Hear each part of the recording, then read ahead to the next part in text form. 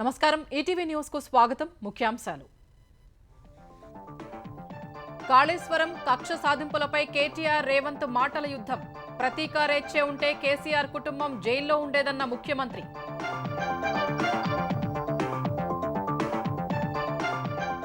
అప్పులపై తప్పుడు లెక్కలు చెబుతున్నారన్న కేటీఆర్ బీఆర్ఎస్ ప్రభుత్వ నిర్వాకంతో రుణాలు తెచ్చి కిస్తీలు కడుతున్నామన్న సీఎం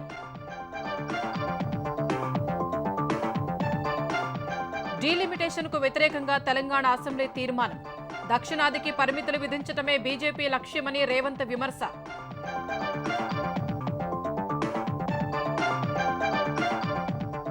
2027 పుష్కరాలకు ముందే పోలవరం తొలిదశ పూర్తి నీటి విడుదలకు ముందే పునరావాసం పూర్తి చేస్తామన్న చంద్రబాబు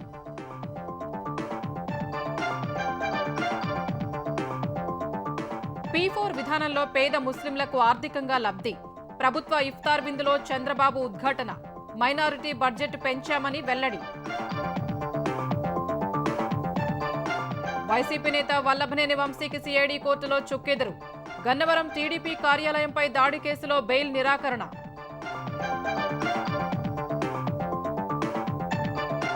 ప్రపంచ కుబేరుల జాబితాలో క్షీణించిన ముఖేష్ అంబానీ ర్యాంక్ టాప్ 10లో దక్కని చోటు ఆసియాలో అగ్రస్థానం పదిలం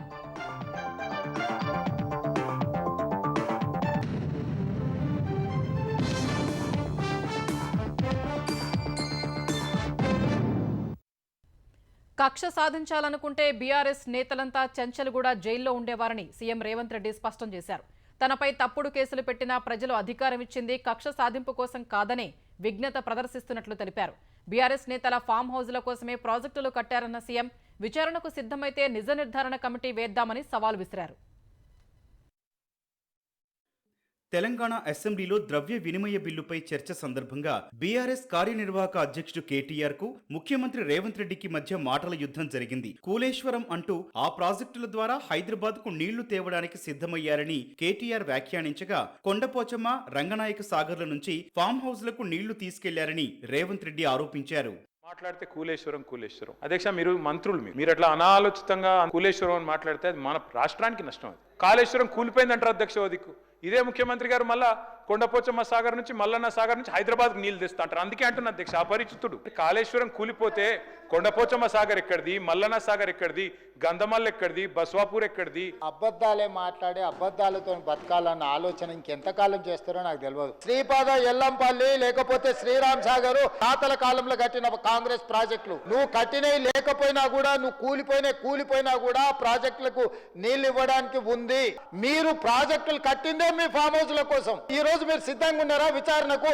నిజ నిర్ధారణ కమిటీని వేద్దాము డైరెక్ట్ గా కేసీఆర్ గారి ఫామ్ హౌస్ కి కాల్వలు తీసుకెళ్లి ఫామ్ హౌస్ చుట్టూతా కాల్వలు తిప్పింది ఆధారాలు చూపించాలా కక్ష సాధింపు రాజకీయాలు సరికాదని కేటీఆర్ హితవు పలకగా తాను కక్ష సాధించాలని అనుకుంటే కేసీఆర్ కుటుంబ సభ్యులందరూ జైల్లోనే ఉండేవారని సీఎం అన్నారు పాలకుడికి కావాల్సింది కక్ష కాదు మీరు చిన్న వయసులో ముఖ్యమంత్రి అయినారు ఇచ్చిన ప్రతి హామీ నిలబెట్టుకోండి మళ్ళీ ప్రజలు అనుగ్రహించిన ఆశ్చర్యం లేదు కానీ రివెంజ్ పాలిటిక్స్ వల్ల రాష్ట్రం ఆగమైతది కక్ష సాధింపు చర్యలకు పాల్పడే ఆలోచననే ఈ రాష్ట్ర ప్రభుత్వానికి ఉంటే చెంచల్గూడలో చెర్లపల్లిలో మమ్మల్ని ఎక్కడైతే పెట్టినరో డిటెన్షన్ సెల్లో అక్కడనే మీరుండేటోళ్ళు ఎవరైనా అనుమతి తీసుకోకుండా ఒక డ్రోన్ ఎగరేస్తే నన్ను అరెస్టు చేసి చెర్లపల్లి జైలుకు పంపించి 16 రోజులు ఒక మనిషిని చూడకుండా నన్ను నిర్బంధించిన ఆ కోపాన్ని దిగమింగుకొని రాష్ట్ర ప్రయోజనాల కోసం ఈరోజు పనిచేస్తున్న అధ్యక్ష బిడ్డ లగ్గపత్రిక రాసుకోవడానికి కూడా వెళ్ళడానికి వీల్లేదు అని చెప్పి కోర్టులో వాదించిన వాదనలు అక్కడ ఉన్నాయి అధ్యక్ష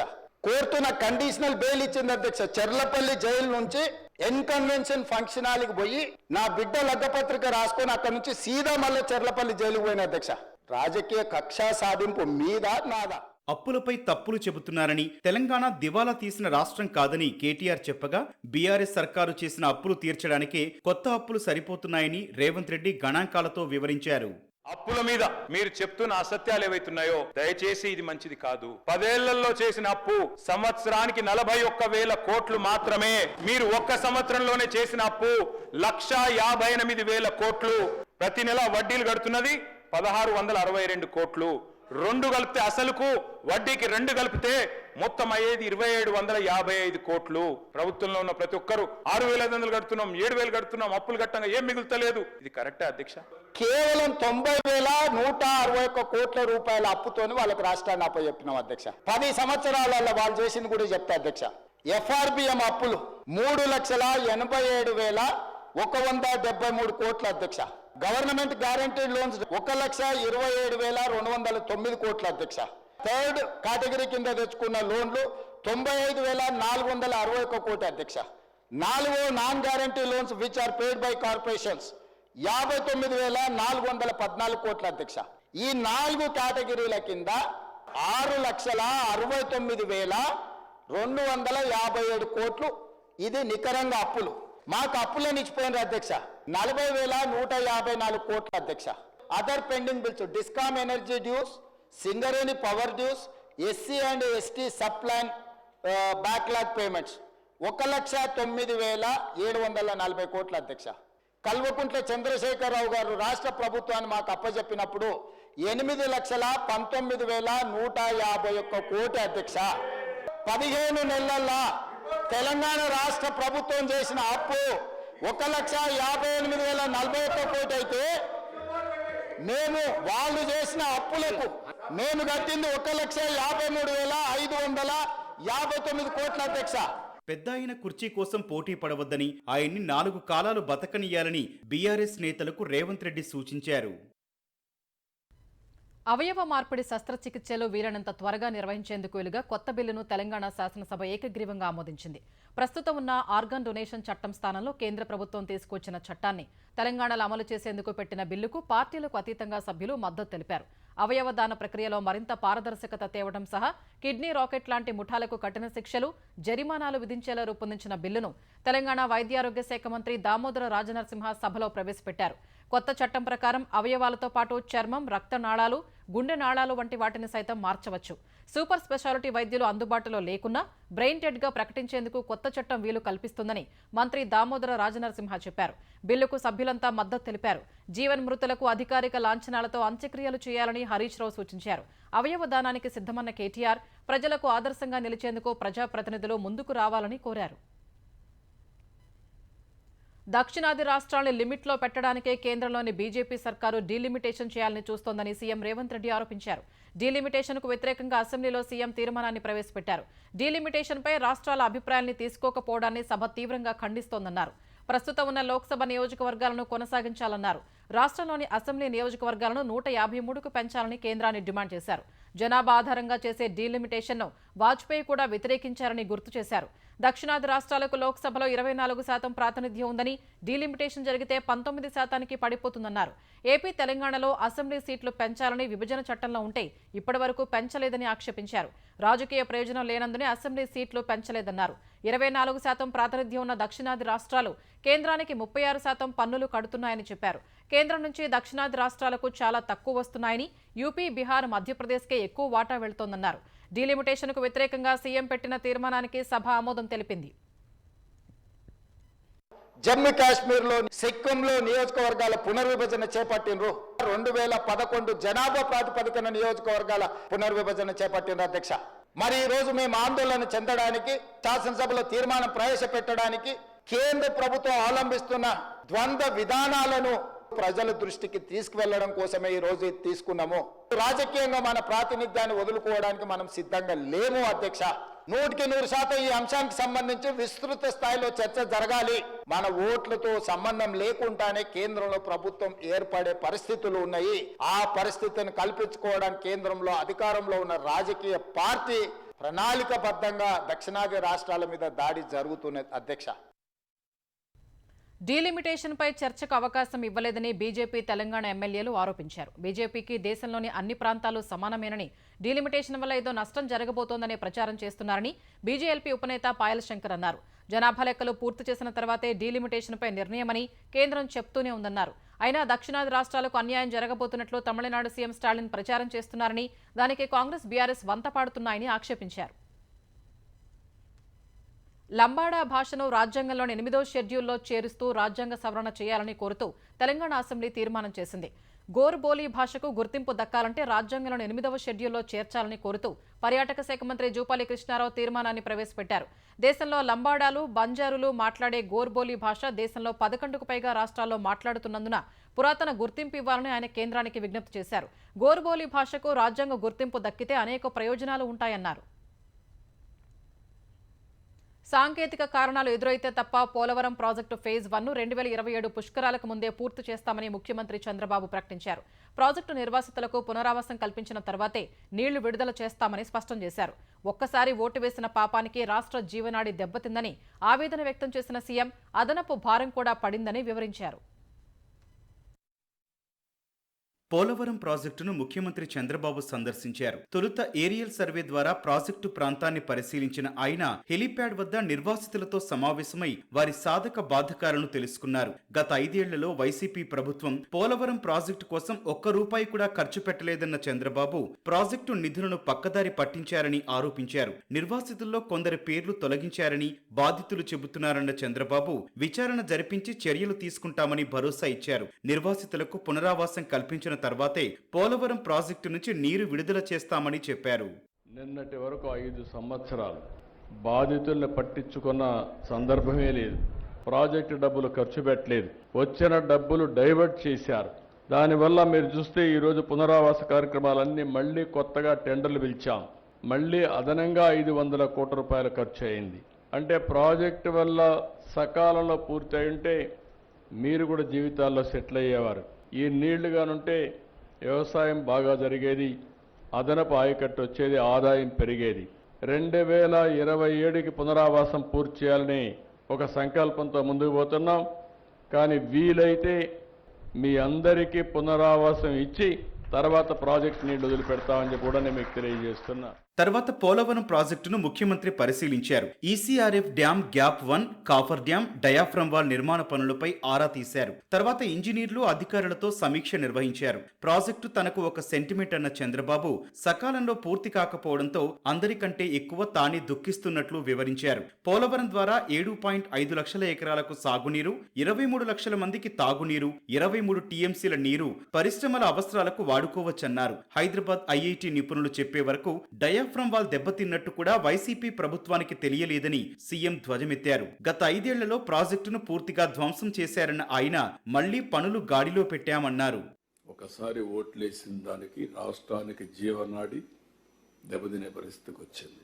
440 కోట్ల రూపాయలతో పని అయినటువంటి డయాఫ్రమ్ వాల్ ఈరోజు 990 crores ఖర్చు పెట్టే పరిస్థితికి వచ్చాం. ఈసీఆర్ఎఫ్ గ్యాప్ 1 ఉంది, ఫిబ్రవరి 26కు పూర్తి చేస్తాం. డయాఫ్రమ్ వాల్ 31 డిసెంబర్ 25కి పూర్తి చేస్తాం ఈ ఇయర్. అదర్ వర్క్స్ అన్ని డిసెంబర్ 26కు పూర్తి చేస్తాం.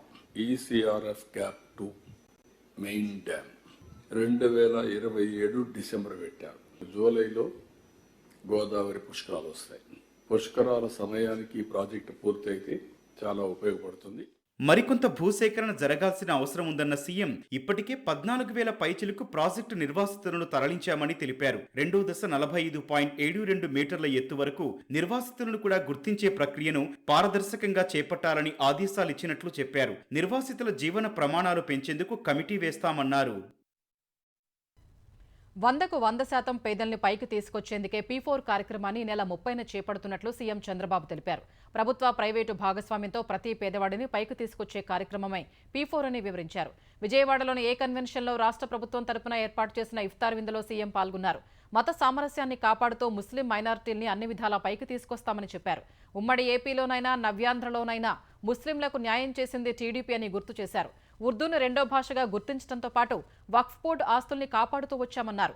మైనార్టీలకు రాష్ట్ర బడ్జెట్లో గతం కంటే ఈసారి 1,300 కోట్లు అదనంగా కేటాయించామని సీఎం వివరించారు.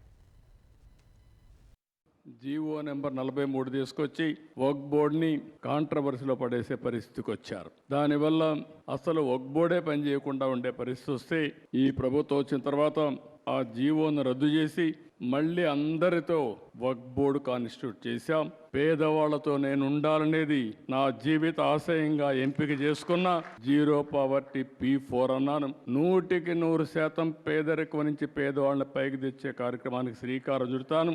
ముస్లిం సోదరులు ఎవరు పేదవాళ్ళున్నా వాళ్ళని అన్ని విధాలా పైకి తీసుకొచ్చే బాధ్యత నేను తీసుకుంటామని చెప్పి కూడా నేను మీకు తెలియజేస్తున్నా. బిల్గేట్స్ ఫౌండేషన్తో కుదిరిన ఒప్పందం అమలుకు ప్రత్యేక టాస్క్ ఫోర్స్ ఏర్పాటు చేస్తున్నట్టు ఆంధ్రప్రదేశ్ ప్రభుత్వం ప్రకటించింది. సుపరిపాలన, వ్యవసాయంలో ఏఐ సాంకేతికత, వైద్యారోగ్య, జీవన ప్రమాణాల పెంపు అంశాలపై గేట్స్ ఫౌండేషన్తో ఏపీ సర్కారు ఇటీవలే ఒప్పందం కుదుర్చుకుంది. ఈ ఒప్పందం అమలుకు 2 పక్షాలతో కూడిన అధికారులు, ప్రతినిధులతో టాస్క్ ఫోర్స్ ఏర్పాటు చేశారు. ఇందులో ఐటీ, ఆర్టీజీఎస్, వ్యవసాయం, వైద్యారోగ్య, మానవ వనరుల అభివృద్ధి, సాధారణ పరిపాలన తదితర శాఖల కార్యదర్శులు, ఇతర సభ్యులకు చోటు కల్పించింది. AP gates foundation task force పేరుతో ఇది పనిచేయనుంది. ఏపీలో పలు ఎంపీపీలు, వైస్ ఎంపీపీలను టీడీపీ కైవసం చేసుకుంది. చిత్తూరు జిల్లా కుప్పం నియోజకవర్గం రామకుప్పం ఎంపీపీ, వైస్ ఎంపీపీలుగా టీడీపీ మద్దతుదారులు సులోచనమ్మ, వెంకట్రామయ్య గౌడ్ ఎన్నికయ్యారు. వైసీపీకి ఇక్కడ 8 మంది ఎంపీటీసీలు, టీడీపీకి 7 ఎంపీటీసీలు ఉన్నారు. ఎంపీపీ ఎన్నిక సమయానికి వైసీపీకి చెందిన 2 ఎంపీటీసీలు టీడీపీకి అనుకూలంగా ఓటు వేశారు.